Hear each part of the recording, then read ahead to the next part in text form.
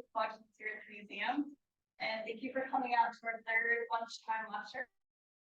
Today, Dawn and Sharon will be telling the story of Emily and Emory Upton.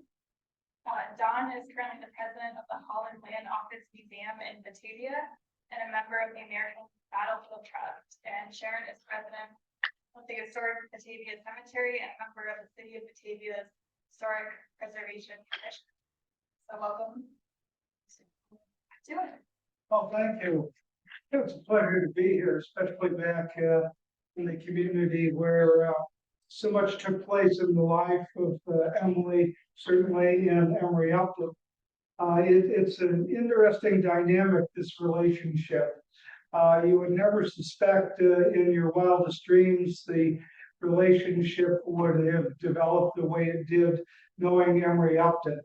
Emory, as he's been pictured and, of course, talked about throughout history, was a very disciplined soldier, man who his picture would reflect it with the chiseled jaw and all, didn't have much in the sense of a romantic bone in his body, and had a sense of humor to some degree.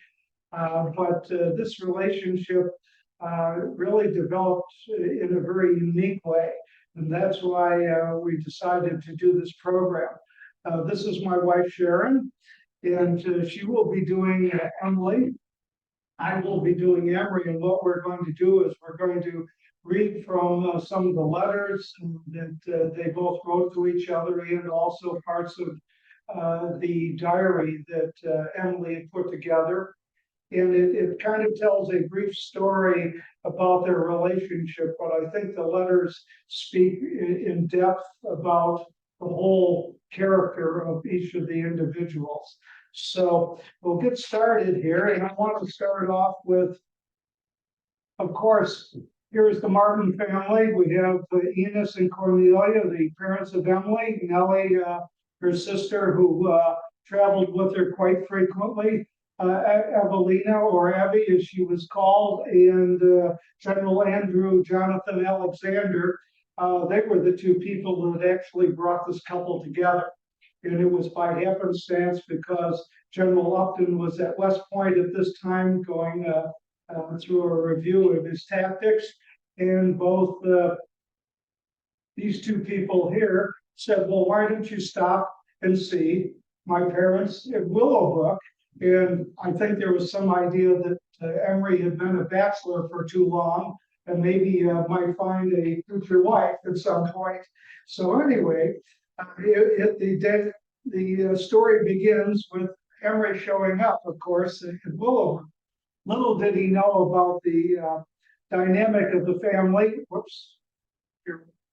Little did he know much about the family, especially he didn't know Emily by any means. The family's background, of course, was English and Welsh. The parents, of course, were Cornelia and Enos. Their religion was Dutch Reform, and they came with the Calvinist theory, which kind of set the whole tone for the relationship between Emory and Emily, of course. The family occupations, they were lawyers, they were New York politicians, businessmen, and property owners. So they had a different way of looking at life a little bit, especially from Martin's point. The politics, they were Democrats. They were a little more liberal than what you would find the Upton family, and I'll go through their different status positions in life as well.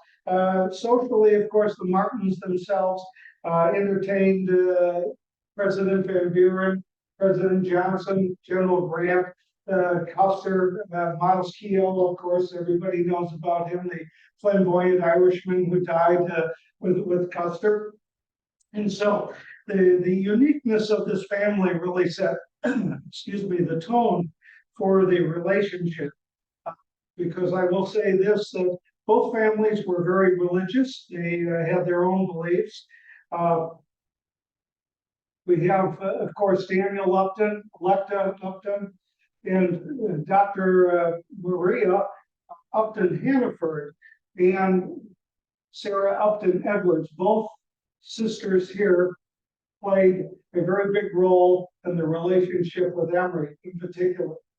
But they also played a very significant role along with Emily. They came to treat her as a sister. Other than a sister-in-law, they were very close. And so in consequence, this was the homestead here. Oops. Homestead here for the Uptons. They were more rural, of course. They were a family of background. They were English and Scottish, Puritan. Luckton and Daniel came to Western New York, and of course, their homestead was just outside of Batavia. And they came there in 1821. We started with a cabin and developed a farm into about 300 acres overall. They also had 13 children. Henry was the 10th of 13. Their religious beliefs were based on the Methodist theory that the religion should be harmonious and come together. The family occupation was farming, of course. They were Republicans and very supportive of Abraham Lincoln and his party. And their social status in life was pretty much to focus on reform and looking at temperance. They were abolitionists. They certainly helped foster the Underground Railroad, and they were more or less people who believed in a religion, education that would affect everyone, not only the males in the family, but also the females. All of the sisters, which he had 6 of, were all well educated. And this was the premise that they focused on.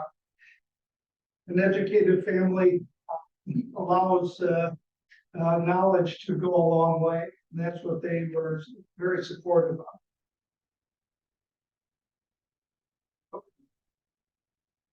Okay, here we are with Emily. She, of course, was the focus of the whole story here, along with Emory.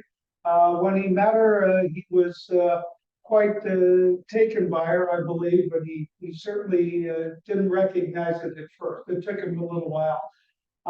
This is a picture, in fact, that Emory Upton had at his parents' home in his bedroom there.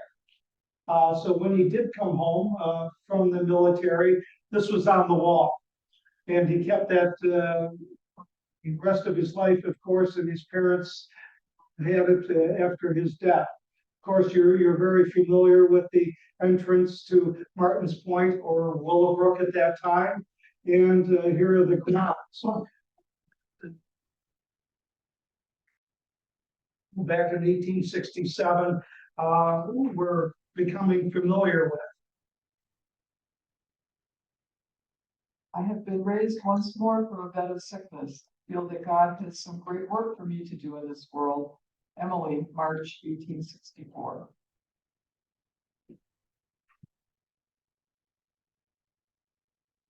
The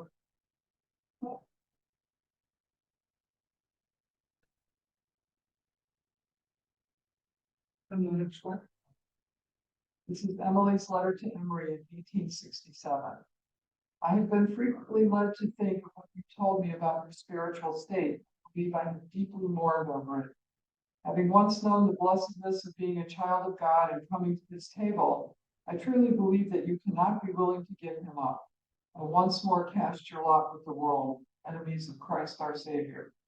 Never was I more astonished than you heard from your own lips the admission that your faith in God's justice has been shaken and that you no longer felt that you were a Christian.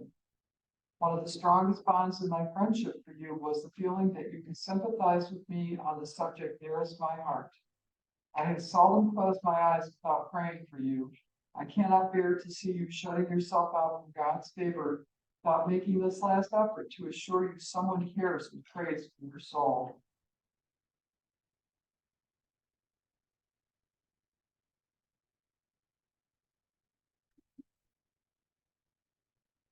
General Emory Upton.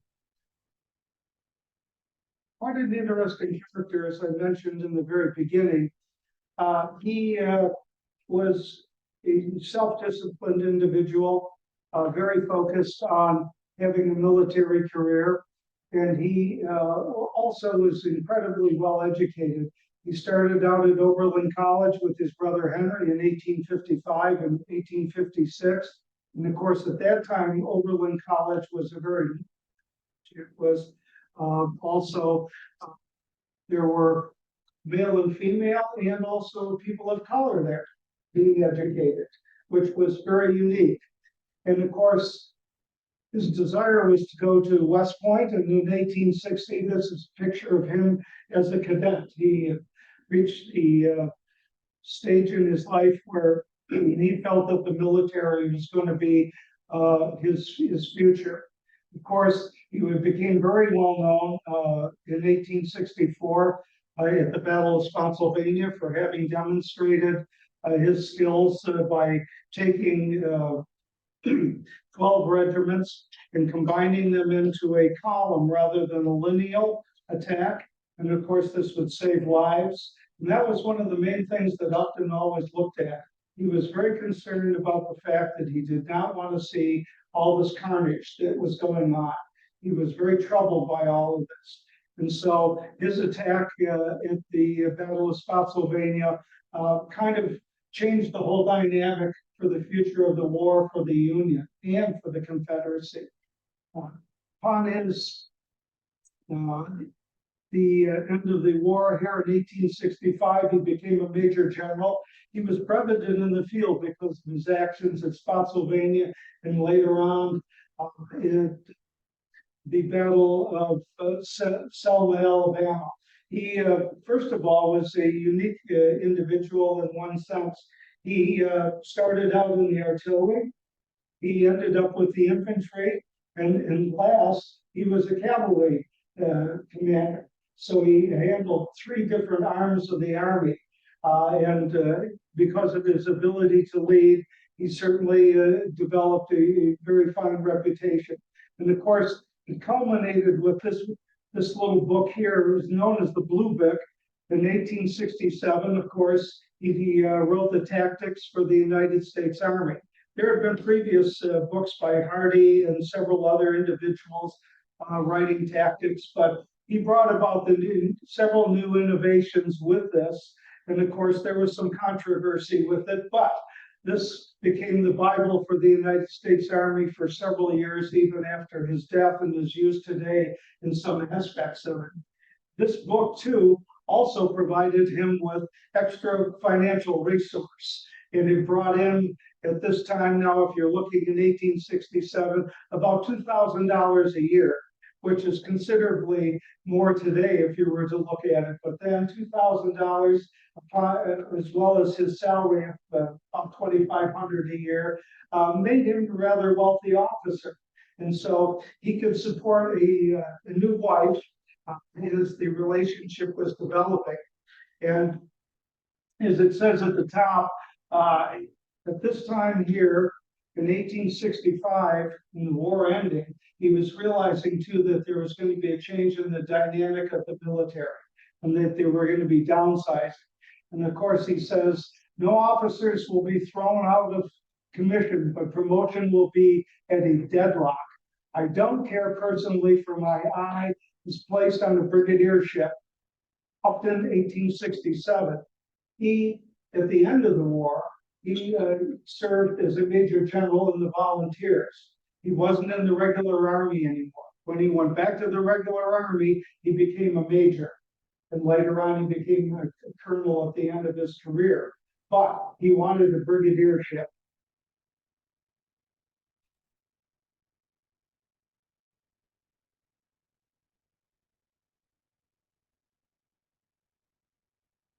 The warrior says he lays siege to a letter to a friend, General James Wilson, November 21st, 1867. I have the honor to report that the troops of my command broke command at Paducah, Kentucky, November 11th, and in like marching order commenced a decisive campaign of which Auburn was the objective point. I advanced till my skirmishers reached the foot of Owasco Lake, which you're all familiar with. You didn't realize that he was skirmishing there. Though provided with an efficient staff, I could gain no reliable information on the enemy. He needed more details about someone we know. He could gain no information on the enemy. I was compelled at personal risk to reconnoiter the lines myself, resolved to make a direct attack. The struggle was short, sharp, and decisive. When the smoke lifted, I found myself engaged to the lovely Miss Emily Martin. The campaign, which opened under doubtful auspices, was brought to a successful close. Can you imagine someone saying that to you? You know, I mean, he was a little romantic later on. And then the courtship began. Emily's diary, 1867. My heart would break if I could not see him. The courtship began in 1867, of course, as I've shown you, the picture strolling down to the lake and all. And it developed, slowly, because obviously there might have been some other interest in some other people. And so Emory was not a man of great faith. When he was young, his family was very devout. However, the war changed him considerably as far as his beliefs. Seeing the carnage that he did and understanding what takes place in such a horrendous situation changed his whole thinking on it. However, though, he did become smitten with young Emily, and in 1868, they got married, and they were at the Dutch Reformed Church by Lake Owasco. And of course, they decided to have a honeymoon, which would take them overseas, and they were going to Paris and Italy. And this is their honeymoon picture that was taken in 1868 in Florence. And so they were on a tour for 4 months. He took a leave of absence from the army, and they were going to tour for some time. And there were some occasional situations where Emily was suffering from a cough and congestion, and they really didn't know what it was. And of course, later on, it would evolve into consumption. But they still took the trip. It was going to be 4 months. And of course, this led to several different letters from Emily's diary stating how the honeymoon was and how she was feeling at the time. So this is the letters from the courtship. Evie Alexander, Emily's sister, encouraged Upton to visit her parents in Willowbrook. He was at nearby West Point promoting his Catholics annual. In the afternoon, General Upton came. We had company at dinner. Afterwards, General Upton and I took a walk and had a lovely talk in Evan's room. We all went to church, and General Upton and I sat downstairs. In the afternoon, I read to him a little while, and then walked down to the lake and talked sometime under the trees. In the afternoon, General U and I took a long, delightful ride, and in the evening, a walk. I like him very much. Oh, now, if she had known what he had said to his friend General Wilson, I wonder if she would have said that right off the bat, saying, "Oh, he's describing that he was going to attack me," and wanted more information on Emily's diary dated the 29th of 1867 on her 21st birthday. Their relationship, of course, began in 1867, and it was based on the fact that, as I had mentioned earlier, that the Alexanders had promoted the idea of him coming to Willowbrook. At least there would be somebody there that he would know, and he was close by. Again, I really think that they were looking for a wife for him. He needed somebody. Shortly after their engagement, though, broke up, it appears that both may have been attracted by others. So it wasn't totally, the deal wasn't sealed, as they say. But and it was due to her health, actually, that this played out in this part of it, where she was a bit hesitant about having a relationship because of her health as well. The sad lesson of loving has transformed one from a child to a woman. I was in Washington and there met for the second time General Upton. I saw him constantly and long. I found my heart was not in my own keeping, but had unceremoniously given to him in all its pleasures and first love. I heard quite frequently of General Upton and in May became engaged to him, but only enjoyed the blessedness of being beloved more to make him feel beloved. But a short time after, circumstances over which neither of us seemed to have any control occurred, which made it necessary for me to break my engagement. Oh, the horror, the agony of that hour. In August, General Upton came again to see me, but I could not at this time feel willing, for all that had occurred, to commit to his care of my life happiness, so he left me. During this time I had been ill, and the thought of giving him up forever became more and more painful to me, till I sensed that my heart would break if I could not see him. I also felt a constant anxiety about the salvation of his soul, and prayed earnestly day and night. Finally, November 17th, a day never to be forgotten, came the fulfillment of my dearest hopes. On that day, I promised General Upton that I would be to him for a loving wife. I am now my dear Emery's betrothal wife.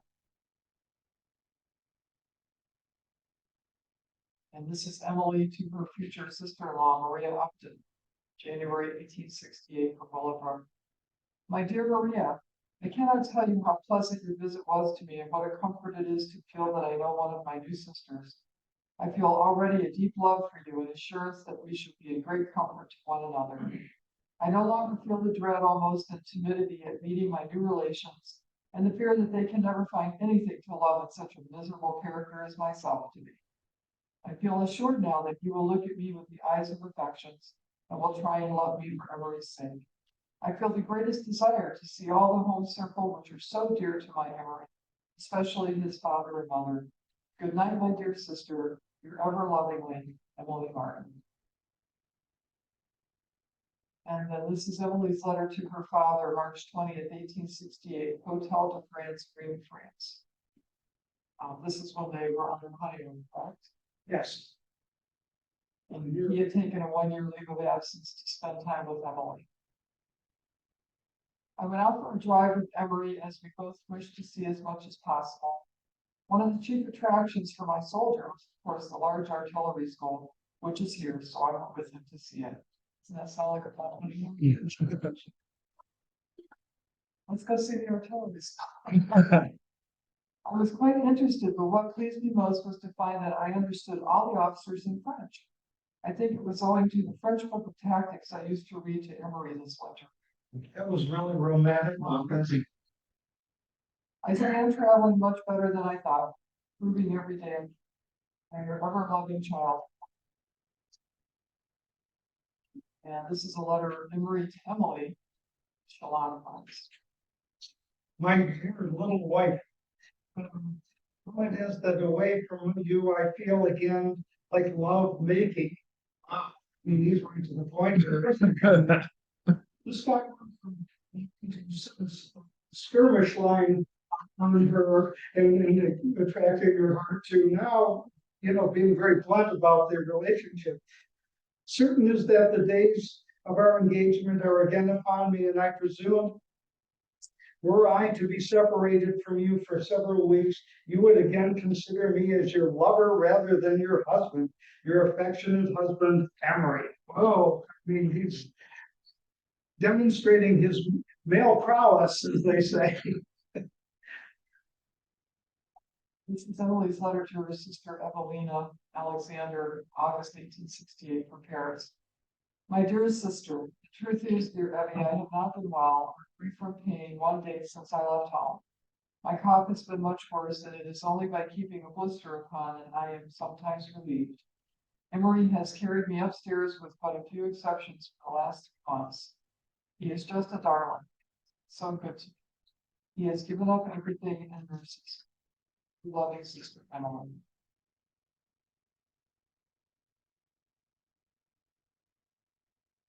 The duty of an officer, of course, is to go wherever they need you. And duty called from afar.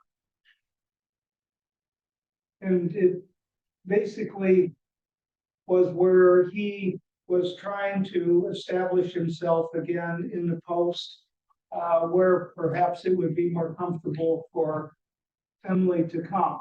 And the pain of parting with you is so recent, I nevertheless feel richer than I ever did before going away to duty. For me, I have left a treasure, Emory to Emily in 1868. Amazingly enough, in 1869, of course, after they returned rather abruptly from their honeymoon, the effect of the consumption was really affecting her tremendously. And so the best cure they felt would be to go to Key West. In 1869, she went there.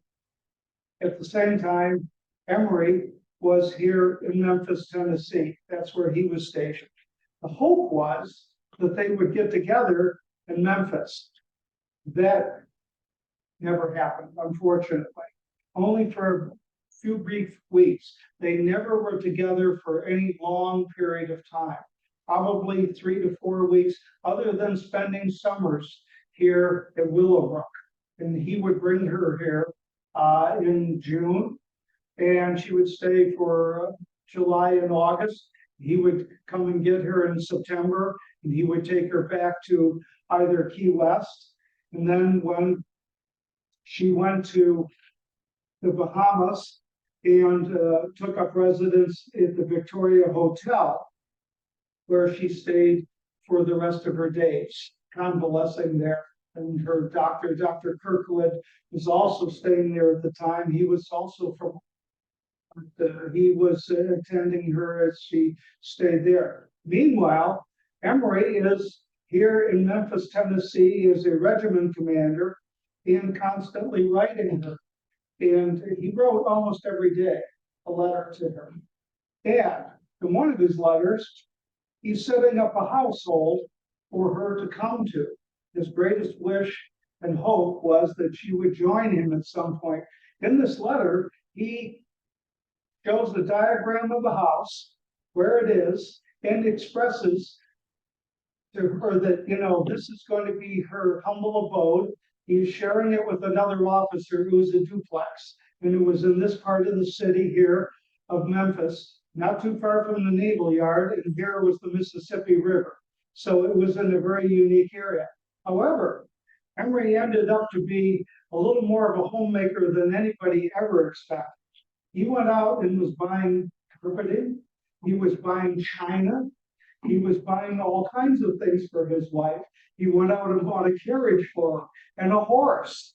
And so he would outline these things in letters to her to give her an idea that, you know, when she comes, she will be certainly in a wonderful abode, you know. And so Emory would many times just write these little notes like this and include them along. And so the map would give her an idea of where she was going to be when she came to Memphis.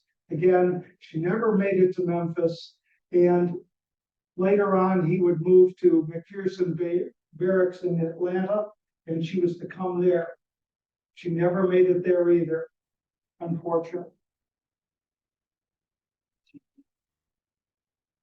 Emily's letter to her father, November 19th, 1868, Key West. My dearest father, I find myself better in many aspects than when I came. We are very happy here, though I do miss my husband every moment. But we ride, sew, read, and talk. Days fairly fly. 5 months away from Emory seem a long time. Love to you all.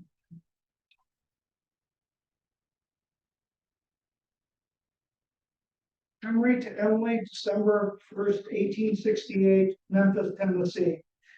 General Upton speaking has a speaking debut.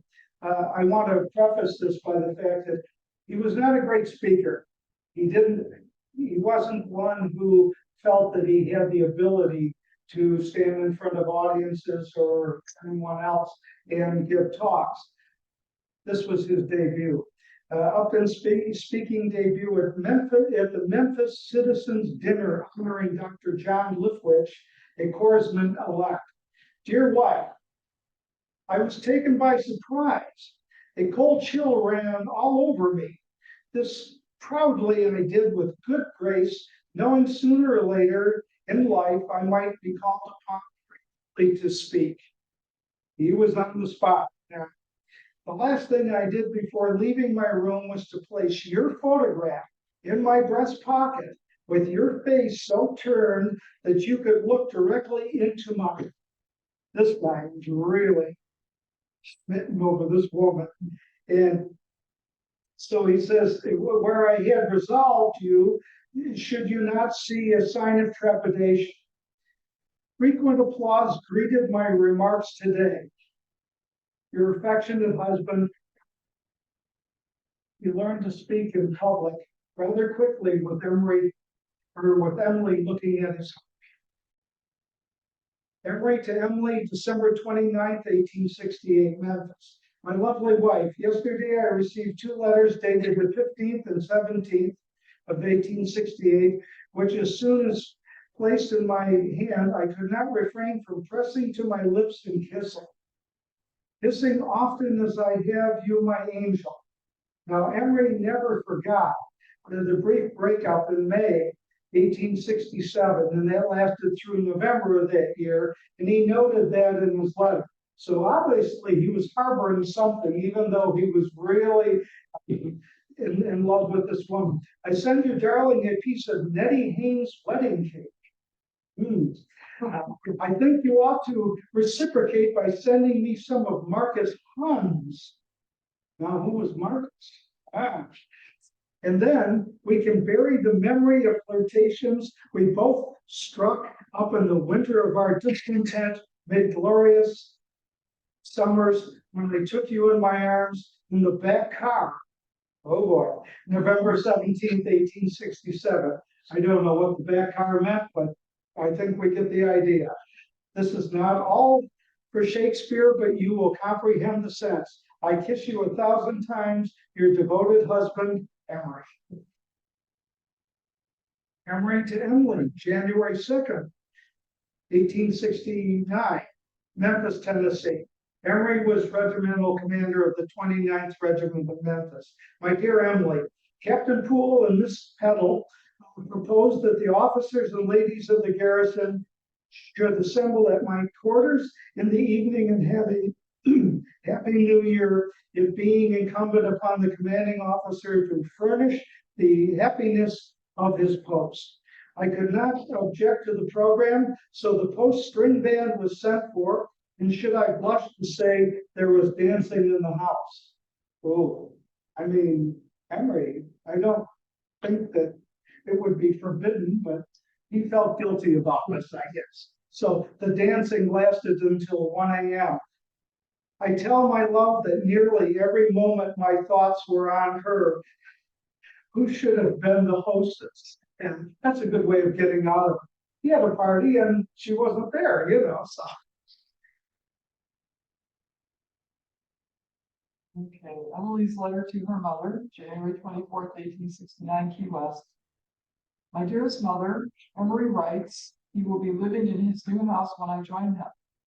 The new quarters will be very comfortable, 4 rooms on the same floor. In addition, there is a bathroom, dining room, kitchen, and servants' rooms.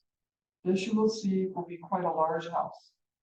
Emory being in command will entail upon me considerable entertaining. I think I shall require all the silver linen that I have. Emory had on New Year's night 15 guests. I don't know how he entertained. Nassau will do me a great deal of good, but I'm anxious to get there. Your affectionate child. Emery to Emily on January 26, 1869, Memphis. My dear wife, it seems to me that my heart is drying up. At least with you absent, I have no happiness, and I look forward to our meeting as commencement of our new existence. I shall again be responsible for the happiness of another whose love will impress new life and new energy. To make her thoroughly happy, I will be sufficient. It will be a sufficient object, and then she will give me the peace and contentment which in life can only satisfy the soul. Emory again to Emily, February 9th, 1869 in Memphis. My dear pet, I anticipated you will fill the house which you were to enliven and make happy, whose graces and hospitality you were to dispense. Has the last become a den of bachelors, married bachelors. He shared the house on occasion with fellow officers who were traveling and did come to his post for a brief period of time. So now it's a den of bachelors. He's got some problems here, I think. Just think of our first anniversary will be soon at hand, and we must pass it 1,000 miles from each other, but it will not be so with others. Your loving husband, Emory. Emory again to Emily, February 12th. He seems to have some guilt, maybe. We'll find out. I was very soon to hear that you were suffering so severely from neuralgia, which you bear like a true heroine as you are. How can you write letters when in such agony is more than I can imagine? For I am sure I cannot lift a pen, much less think. Your ever fond Emory. And this is Emily's letter to her mother, March 15th, 1869, from Nassau.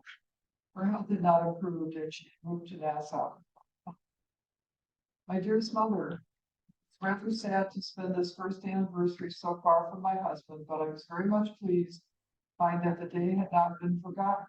For in the morning, Dr. Kirkwood presented me with a token of Emory's thoughtful love, beautiful amethyst ring like yours. Emory has sent me all he was doing to make our home comfortable and pleasant, my riding horse as well as our pretty carriage and horses. I have thought of with great pleasure, but I will not say anything of my disappointment, for I have made up my mind not to utter a word of complaint. However I may front for it, will be no less a disappointment to Emory to find all his words and hopes in vain. And I am so thankful that I am not too sick to go with him, and that he is not to seek a new home, friends by himself. Loving child, Emily. And this is Emily to Emory, October 10th, 1869, Willowbrook. Emory and Emily hopes were to go to West Point where he would be commandant. Emory did eventually return to West Point in July 1870. My darling husband, I hope, dearest, if we go to West Point, we may be able to exert a good influence. I see many trials ahead religiously if we do go, but I feel determined to do what I think right, however it may differ from the ideas there. Your loving wife, Emily. This is Emily to her sister Evelina, December 28th, 1869, from Nassau. My dearest Debbie, you have no idea how impatient we are. It's very trying. I miss Emory so much, and after I once have letters from him, I sought with them when I am lonely. To have my husband bring me here and remain with me till I was settled, I feel very grateful. It was hard for me to part with him for 6 months at least. I am making an Afghan for Emory's present on his wedding day. It will be very handsome and is pleasant employment this winter. Nellie reads to me while I work 3 hours each day. Your loving sister, Emily.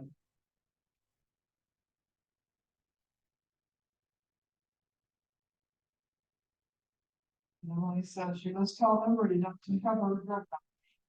Emily to her sister Nellie, March 29th, 1870. This here, of course, is the bust of Emily that was done in Florence, Italy. Emory had done, and you'll see the actual one right here. This was a postcard that Emory had made up for his family members, And of course, he gave the bus to his in-laws, the Martins, and it was at Willowbrook. And unfortunately, later on, of course, as we will read or will be read to us about where Emily is interned, after her illness, and of course, the Sand Beach Church and what the role that played. This is Emily's letter to Emory, March 14th, 1870. These were her last words to him. She passed in the night of March 29th. He was to take leave within the next couple of days to be with her. My dearest Emory, I was unable to write you yesterday my Sunday letter. I will do the next best thing. I'm writing before I get up this morning. I am still unable to leave my room, so I took my dinner in solitary grandeur. Emory, dear, I sometimes think I am learning more of the lesson of patience, nearest to God, in preparation for another life than I ever knew before. I often long but willing to talk to you about these things. Pray that you too may find grace. You may soon be united, able to help one another in Christian warfare. A loving wife, Emily. Memory to Emily, March 20th, 1870, Atlanta. My dear wife, this is the last talk I shall have with you by the steamer of March 24th. Your last letters have a peculiar effect upon me. The very happiness you feel and express has made me so happy myself. It is a little singular that we each write our letters on Sunday. Your wishes regarding the furniture, china, shall all be fulfilled. Your fond husband, Emory. P.S. I am glad you like the shawl. I adore the Afghan. This letter was from Mrs. Peabody to Mrs. Martin, March 26, 1870. Mrs. Peabody was staying at the same hotel as Emily in Nassau. My dear Mrs. Martin, I cannot feel myself quite a stranger to you after having known dear Mrs. Upton and Nellie. It seems as if Emily were living in the hope that her husband may come in the steamer, and only her well kept the life in her feeble frame. I think she is resigned to everything that she hopes for. And then on April 1st, the steamer arrived the day before yesterday noon. General Upton's telegram and letter, which Nellie read to her. I think at last she was fully resigned not to see her husband. Yours affectionately, Anna Peabody. And this is a letter from Nellie Martin to her friends, 27th. He gave Nassau. Emily stated, Nellie, I think I ought to leave some messages for you. You must tell Emory not to have a regret about it. Not wish she had come down here or done anything different. I am perfectly satisfied that all has been ordered for the best, and it is for me to die here with you. You will comfort my husband and all you can to help him bear the sorrow. Mother will be strengthened, but it will be very hard for Father and Emory. On the night of 29th March, 1870, Emily walked through the valley of the shadow of death. At 1 o'clock on Wednesday morning, March 30th, the day broke and the shadows fled away. Your ever devoted now. And this is the letter he Alex to her sister Nellie. April 17th. The house, this is at Emily's. The house was filled with white flowers and fragrant with the odor of violets. The casket was beautifully ornamented with silver. The coffin was taken to the schoolroom. There Emily, Mary, Lily, through Jack, etc., gathered around her and covered her form with flowers, pressed her kisses on. And then Emory laid his handkerchief on. As we left the house, the sun came out bright and glorious. We laid our darling away in that lovely circle of evergreens that overlooked the lake. Yesterday, Emory and I planted the ground with blue violets from your garden. Your devoted sister Abby. So you'll see here the stone that was erected for her. And of course, eventually she was moved to Fort Hill Cemetery. And we will see what transpired with Emory and their final resting place. Also at the time too, Emory was going to be planning on going to West Point in 1870. The dream that Emily had to try and convert the cadets to a more Christian way of looking at things would have never been possible, but she had hope anyway. The Cadet Corps itself, if you've ever read any books on it, we're not the most developed bunch of individuals. There was certain Bible study and whatever, but the Cadet Corps, I don't know if Emily would have had it or not, but she was looking forward to it, but never saw that day. The Warrior's Devotion. Emory did, as I say, went to West Point. He was the commandant there from 1870 to 75. Several different things transpired there, which he had to deal with. First of all, a colored cadet. Okay, he was appointed to the military academy, and there was several problems. However, he restored this young man's faith in staying at the point because he was ready to quit because of the harassment and problems that had developed. He also was a reformer.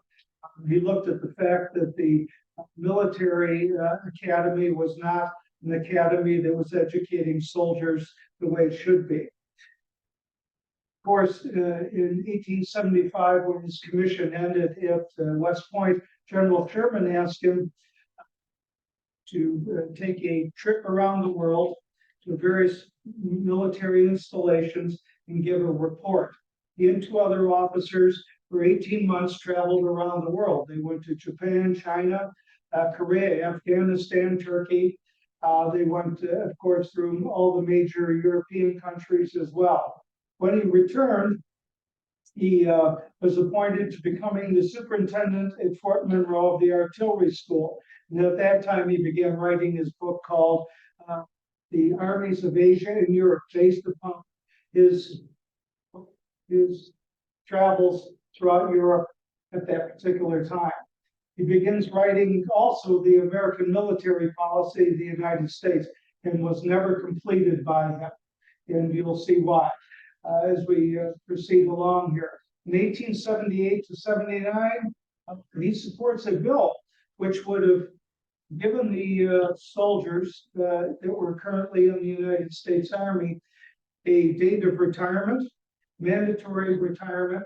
There was also some health care that he was put into place along with several other officers, that if they went into combat, that they would be taken care of with a health program, and also the wives of deceased soldiers, if they had any affliction or illness after their husband had died. He was a very progressive guy in many ways.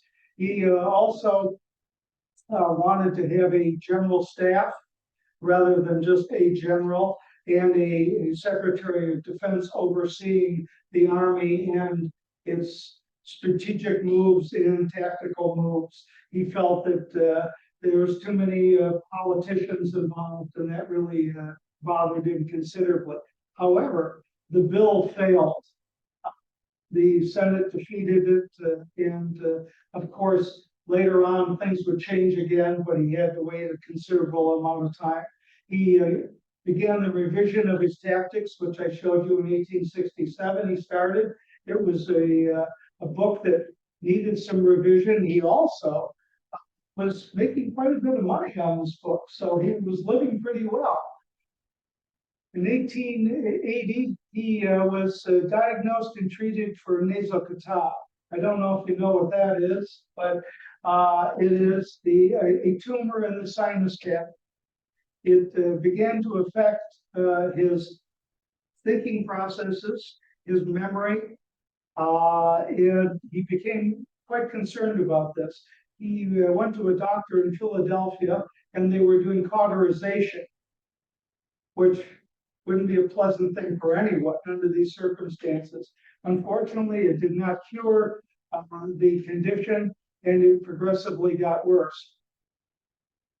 He was then sent to the Presidio in San Francisco, where he became a colonel in command of the 4th U.S. Artillery.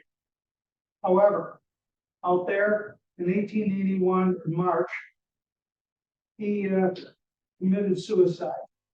The condition with the tumor and his feelings, I think, had a lot to do with the loss of his wife and other things that were transpiring in the military led to his suicide. Emory's letter to his sister, Sarah. Please remember in the beginning, I showed you a picture of the two sisters. Sarah became his very close confidant. She also was his housekeeper for many years when he was at West Point and also went out to the Presidio for a while. She was the sounding board. His sisters all played a part in his life in a major way. He would write them about all different kinds of things, even descriptions of battles, which your sisters really want to know about this, but they cared about them. They wanted to know he was safe. But he had an incredible relationship with them. His brothers, not so much. It was more like, okay, here I am, there you are, hope you're well, kind of thing with the brothers. Emory's letter to his sister Sarah, May 22nd, 1870, at Fort McPherson. And this was in Atlanta, of course. Quote is from Peter Mikey's book. This gentleman, Peter Mikey, was a professor at the military academy and a friend of his, and eventually was prodded by Sister Sarah to write a book about Emory. But anyway, he writes to dear Sister Sarah. The feeling of desolation has again come over me. As in entering my home, I realized that the loved one who made it so happy, my precious Emily, is gone from me forever. But God can help me to bear this sorrow.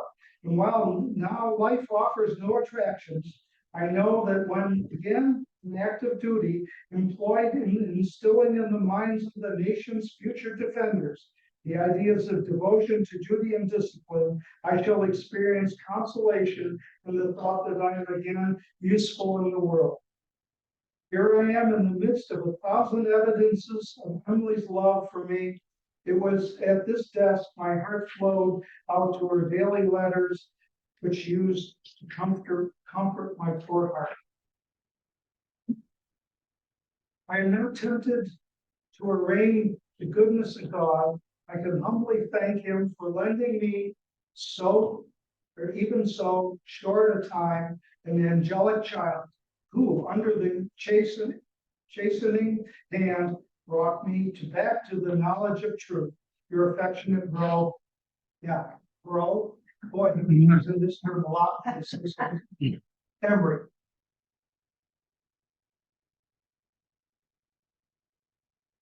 Of course, in all of these different moves to different bases, a number of things began to build up with him. And then this final one, as he writes here in August 1880 to his mother, we are all hastening to the borderlands, and beyond them by faith, we can see those who have been near and dear to us in life. And the conclusions, of course, regarding Upton's death, and why several physicians and psychiatrists also agreed on many of these aspects affecting him to lead to an end so violent as it was. He did not believe in suicide, believe it or not. He had just seen a fellow officer of his 3 weeks before who committed suicide, and he condemned the. This is rather strange. So, March 28th, on March 15th, he killed himself with a single shot to the head. His manservants, who were two Chinese men, found him in his quarters where he had written letters to his sister and also to the army in resigning, which seemed very unusual for him, especially after he had just condemned his fellow officer for having killed himself. Emory to his sister Sarah, Again, she was the confidant that he always went to. Emory's last letter to Sarah was found on the writing desk on March 15th. My dear Sarah, I have been in no little distress over the revision of tactics. He was quite concerned that his revision this time of the tactics for the third time was not going to be successful. Extremely concerned that he was going to affect the lives of soldiers in the future by not having fulfilled what he felt was his mission to revise these. It has seemed to me that I must give my system and my loose military and lose my military reputation. God only knows how it will eventually end, but I trust he will lead me to sacrifice myself rather than perpetuate a myth which might in the future cost a single man his life. Whichever way it may turn, I know I shall have your sympathy, and may our Heavenly Father bless and keep you, and our precious father and mother. I need all your prayers, for I would keep my integrity. Friday, I went to Oakland to a luncheon. All of a sudden, from this bleak note, he's talking about his luncheon in Oakland. The city is flat. Okay, all right. I don't feel like writing anymore. Only let me feel that I have your love and sympathy. With a fervent kiss for all of you ever, your affectionate brother, Emory. On March 15th, he did kill himself. However, it became as a great shock. Several people didn't feel or weren't of the opinion that maybe he committed suicide. There's always that speculation. I have found nothing to confirm that there was anything other than he committed his own act. But some people in the military felt that there was something more to it. His deep friends, both General Wilson and Henry DuPont, both were West Point graduates. Henry DuPont was in his class at West Point when he graduated in 1860. Henry was number 1 in his class. Emory was number 7 in his class at West Point. They became very close, and throughout the war, and especially afterward, in his writings of several books and things like this and tactics, Henry DuPont played a major role. Incidentally, Henry DuPont was from the DuPont family, of course, better life through chemistry type of thing. But Henry was not inclined to go into the chemical part of it. He became a railroad baron and also became a U.S. senator at the age of 80. What a time to start being a senator, huh? Anyway, General Wilson, who was a very close friend and his commander in the cavalry, wrote to Colonel DuPont on March 25th, 1881 from Boston. Wilson was, as I say, a graduate of West Point, a cavalry commander and close friend to both men. My dear DuPont, on my return this morning, I found your letter of the 19th bearing on poor Upton's death. Among others who have written me was Miss Nellie Martin. She throws but a little light on the event, finds to the theory that the catarrh was the cause. Okay. I'm going on to the funeral at Auburn, and I do not doubt you will be there also, where we shall doubtless learn all there is to be learned. Ever yours, Wilson. The interesting note, too, is that, of course, the general had an official cortege at San Francisco as he was being, his casket was being brought to the boat that would take him over to the mainland where he would be transported by train. And the interesting thing is that over 1,000 Confederate veterans who were in the area of San Francisco came out and saluted his casket as they went. It's quite an honor. Anyway, they also brought forth a determination, the coroner did at that time, that his death was based on temporary and unsoundness of mind on an overtaxed brain. Overtaxed brain, yeah, okay. That would be an assumption, I guess you can make as a coroner. General Wilson to Henry DuPont on May 16th in Boston. My dear DuPont, I was never more astounded in my life than I was today when I read the account of poor Upton's suicide. I suppose, of course, the whole truth will come out in due time and we shall know it. But I can hardly imagine anything which ever a philosopher would call a justification. The memory of his dead wife could not have induced him, after so long a time, to do a deed sustained as he was by a Christian's hope of eternal life. Maybe Wilson didn't know him as well as he thought at this point, especially about his mourning for Emily. I don't think those things go away, but Wilson had a feeling that it didn't contribute. The noise in his head was an inadequate cause for such an act to such a man. What could it have been? I think he was the most conscientious man, the finest, the most upright one I ever knew. And we both knew he was as good a soldier as ever lived. Yours truly, J.H. Wilson.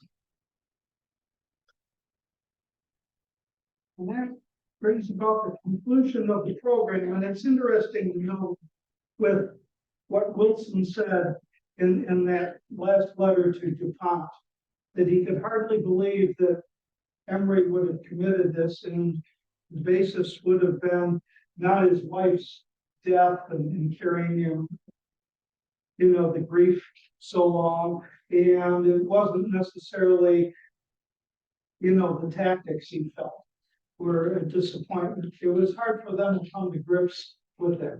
They all gathered here, by the way, in Auburn, and they had a massive funeral for him. And of course, he was taken to Sand Beach Church, and of course, then he was buried with his wife on the top of Fort Hill, the cemetery, where they rest there today. But I will say this, that Upton, in his life, experienced some very tragic things, and let's give you a brief account here. But it's something to think about, that he, over the period of time, experienced so much carnage that it makes you wonder if there wasn't more to it. Today we understand about PTSD. Several soldiers who have come from Desert Storm through Iraq and Iran and Afghanistan have been experiencing this more and more, and we understand it as a symptom of war and that it has to be treated. Of course, after the Civil War, nobody treated anyone about mental illness. It became a fact that these men went back into life, whether they had a successful one or not. A lot of them took to drinking. They had psychological problems. PTSD was evident then. It still was with Emory, I feel. It was very obvious. And the one thing that really says a lot is from 1861 to 1865, he was exposed to trauma and massive death, carnage throughout all the battles. He was in 7 major campaigns, 18 major battles, wounded 3 times, lost 4 horses under him, because he always led from the front. He never led from the back. He always led his troops into battle. The total casualties for all of these battles that he was in, the carnage totaled 147,000 dead, wounded. Now, how could this not affect you in some way or another? And so I firmly believe that apart from the tumor that he had in his sinus cavity, certainly the death of his wife, PTSD played a very big role in it. There have been some psychiatrists of late who have written some books, and they use his case as one to say that, of course, it wasn't known then as PTSD, but he was suffering, unfortunately. So Well, thank you.